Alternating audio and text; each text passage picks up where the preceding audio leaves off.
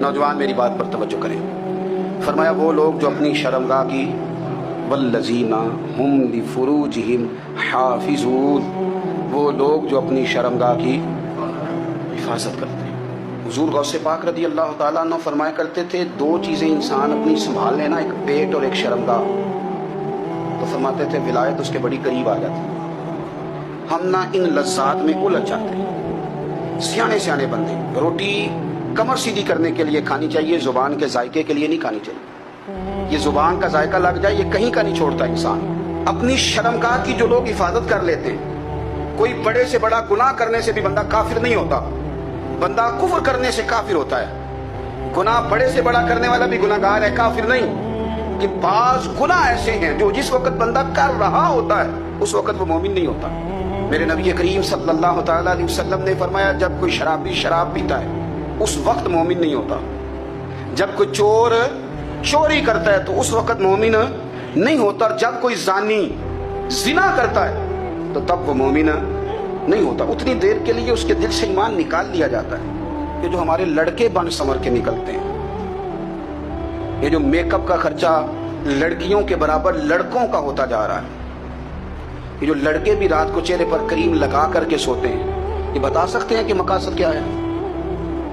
बता सकते हैं? यानी बच्चे भी बगैर शैम्पू के बाल नहीं धोते, मसलन क्या करना है आपने उसका? बड़ी बड़ी कीमती चीजें जो हैं वो आपने रखी हुई हैं, मकसद क्या है? ये जो हमारे बच्चे बन संवर के निकल रहे हैं तो क्या दावत दे रहे हैं सोसाइटी को? शार्ट निकरे पहन के जो निकले हुए हैं, उरिया लिबास पहन के निकले हुए हैं। इकबाल ने कहा था, दियार मशरिक हवस में गलता, शबाब उरिया शराब इसियां, जिसे भी देखो गरी के इसियां। हम ऐसी तहजीब क्या करेंगे? शबाब उरिया, तुमने अपनी जवानी नंगी कर डाली है सारी माज़अल्लाह। किन मकासद के लिए मैं वो आदाद शुमार बता नहीं सकता। हमारे यहाँ गंद सस्ता हो गया है, लोगों ने गुनाह तक पहुंचना आसान बना दिया है। आप देख लें गंदगी दरवाजे पे और गंद मोबाइल में, कैसे बचाएं इन बच्चों को? क्या करें? कलेजे फटते हैं। कोई बातें सोचते हैं तो सोचते हैं आने वाली नस्ल को कहाँ ले जाएं, कहाँ छुपाएं, क्या ऐसा करें कि ये बच जाएं, खुदारा कुर्बान जाएं हजरत उस्मान गनी पर। मुसन्नफ इब्न अबी शैबा में सहाबा फरमाते हैं, हजरत उस्मान गनी ना बड़े मालदार थे। माल आता है तो लोग अय्याश नहीं हो जाते, माल आता है तो लोगों की ख्वाहिशात बहुत बढ़ नहीं जाती। बड़े मालदार थे, मालदार भी थे और सोने भी बड़े थे। हजरत उसामा बिन ज़ाद कहते हैं, मैंने जिंदगी में इतना सोना बंदा नहीं देखा जितने हजरत उस्मान गनी खूबसूरत थे, पैसा भी हुस्न भी। लेकिन फरमाते हैं कि हजरत उस्मान गनी सबसे बढ़कर अपनी शर्मगाह की हिफाजत करने वाले और सबसे बढ़कर सिला रहमी करने वाले, रिश्तेदारों से अच्छा सलूक करने वाले, हया वाले, शर्म वाले, पाकीज़गी वाले। आपका ज़हन है, आप सुबह उठते ही ज़हन बना लें कि मैंने आज इतना सबक पढ़ना है, आज इतनी तफसीर देखनी है, इतनी इबादत करनी है, फलानी नात मैंने देखनी है, फलां खैर का काम करना है, फलां आदमी के साथ नेकी करनी है। सुबह ज़हन बना लें, आपका ज़हन वही काम करने लगेगा। लेकिन अगर सुबह उठते ही ज़हन में गंदगी है, रात को सोते ही माज़अल्लाह ज़हन में वसवसे हैं, तो फिर सारा दिन वही चक्की चलेगी, वही अंदाज रहेगा। थोड़ा सा आपको इसकी निगरानी करनी है, थोड़ा सा।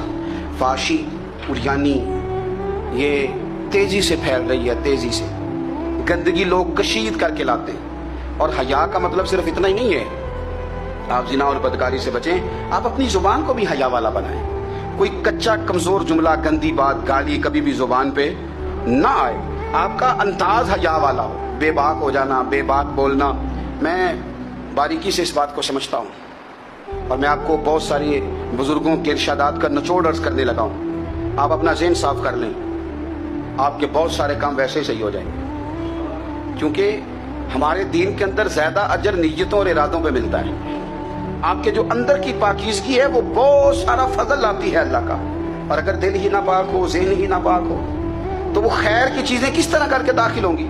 अपनी शर्मगाह की कुर्बान जाएं। नौजवानों जरा गौर करना, मेरे नबी करीम सल्लल्लाहु ताला अलैहि वसल्लम के बारे में हजरत आयशा सिद्दीका फरमाती हैं कि अरब की कवारी लड़कियां बड़ी हया वाली होती थी, लेकिन अल्लाह के प्यारे रसूल सल्लल्लाहु अलैहि वसल्लम अरब की कवारी लड़कियों से भी बढ़कर हया वाले थे।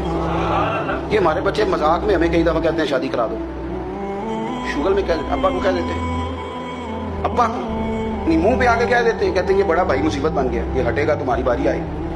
आप कुछ ऐसी बातें कर रहे हैं, कुछ ऐसे अंदाज आप इख्तियार कर रहे हैं जो वजादार लोग करते नहीं। शर्मो हया से वो चीजें ढल जाती हैं। جو باتیں ہمارے بچوں کی زبانوں پر بے باکی کے ساتھ آنے لگی ہیں. اور میں آپ کو ایک عقلی بات عرض کرتا ہوں، آپ اپنی زبان سے جو جملے خود ادا کرتے ہیں وہ جملے آپ کے دل پر بھی اثر کرتے ہیں. اگر آپ غلط بات بار بار کریں گے تو آپ کا دل بھی غلط بات کی طرف مائل ہو جائے گا. آپ 10 بار 15 بار 20 بار کوئی خیر کی بات کریں، خیر کی، تو آپ دیکھیں کہ آپ کا دل بھی خیر کی طرف مائل ہو جائے گا. آپ خیر کی باتوں پر اپنے آپ کو لائیں، اچھی باتوں پر اپنی توجہ لائیں، آپ کا دل بھی اچھائی کی طرف مائل ہو جائے گا. کفل کا ایک واقعہ ترمذی میں ملتا ہے. ایک شخص کفل نام کا تھا بنی اسرائیل میں. ایک عورت مجبور تھی، اس کے بچے بھوکے تھے، تو کفل نے اسے مائل کر لیا کہ تو میرے ساتھ گناہ کرے گی تو پھر میں تیرے بچوں کی روٹی تجھے دوں گا. تو وہ عورت پہلے تو بیچاری نہ مانی، لیکن بچوں کی بھوک دیکھ کے مجبور ہو گئی. جب کفل کے قریب گئی نا وہ عورت، اس نے دروازے سارے بند کر لیے. ترمذی شریف میں اس کا واقعہ موجود ہے. چاروں جانب سے بند ہو گیا سارا کچھ. لیکن جب وہ کفل کہتا ہے میں اس بی بی کے پاس جانے لگا تو عورت کا وجود کانپتا تھا. جس بندے کو گناہ کی طرف جاتے اس کی طبیعت میں ہیجان پیدا ہو تو مانا یہ ہے کہ ابھی ذہن پورا غلیظ نہیں ہوا، ابھی طبیعت پوری گندی نہیں ہوئی، ابھی ایمان کی بہت ساری قسمیں موجود ہیں. عورت کا وجود کانپتا ہے. تو کفل کہتے ہیں کہ میں نے اسے کہا کہ سارے دروازے بند ہیں، ڈرتی کیوں ہے؟ تو کہنے لگی ڈرتی اس لیے ہوں کہ سارے دروازے بند نہیں ہوتے، ایک دروازہ کھلا ہے اور وہ دروازہ رب قدیر کا دروازہ ہے، اسے کیسے بند کیا جا سکتا ہے؟ تو کہتے ہیں جب اس نے یہ لفظ کہے تو مجھ پر بھی بات کا اثر ہوا، مجھ پر. تو میں نے کہا کہ اگر تو عورت ہو کہ رب سے اتنا ڈرتی ہے تو مجھے تو اس نے مرد بنایا ہے.